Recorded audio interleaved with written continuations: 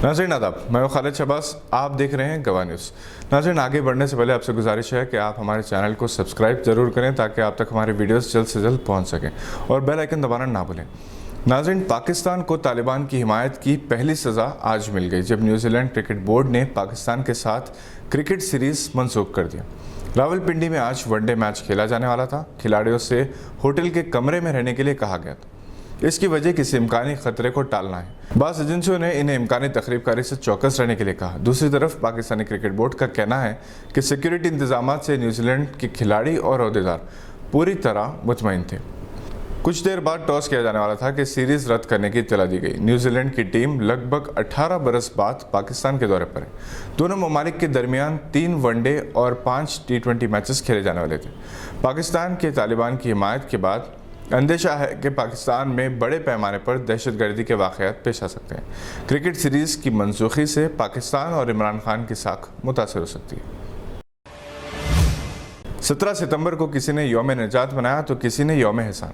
हैदराबाद के Indian union में शमूलियत निज़ाम हुकूमत का खात्मे का जश्न यौम निजात पर मनाया गया, जबकि जो निज़ाम की खिदमात और एहसानात से वाकिफ़ हैं इन्होंने 17 सितंबर को यौम एहसान के तौर पर मनाया और सोशल मीडिया पर उसे शेयर भी किया। यौम एहसान इसलिए कि 1965 में जब ज़रूरत थी निज़ाम ने 5000 किलो सोना हिंदुस्तान को दिया था। इन्होंने उस्मानिया हॉस्पिटल, शिफा खाना निज़ामिया, हाई कोर्ट की इमारत, Osmania university, Jamia Nizamia, Nizam college, Nizami observatory, Nizam institute of medical sciences NIMS कायम किए, जो आज भी इनकी याद दिलाते हैं। उस्मान सागर, हिमायत सागर, निज़ाम सागर, दिरना हैदराबाद हाउस, मक्का और मदीना में हैदराबाद की रुबातें इनकी याद दिलाती हैं। निज़ाम ने फ़लस्तीन में भी बैतुल मुक़द्दस की एक कमान तामीर करवाई थी। 16 सितंबर को मौलवी मोहम्मद बाकर शहीद की बरसी के मौके पर मुख्तलिफ कोशों से इन्हें खिराज अक़ीदत पेश किया गया। मौलवी मोहम्मद बाकर हिंदुस्तान के पहले मुजाहिद आज़ादी और सहाफ़ी हैं जिन्हें अंग्रेज़ों ने सज़ाए मौत दी। इनकी मौत से मुताल्लिक़ मुख्तलिफ रिवायत हैं। उमूमन ये बात मशहूर है कि इन्हें तोप से बांध कर उड़ा दिया गया और इनके फ़र्जंद मोहम्मद हुसैन आज़ाद इसके चश्मदीद गवाह थे।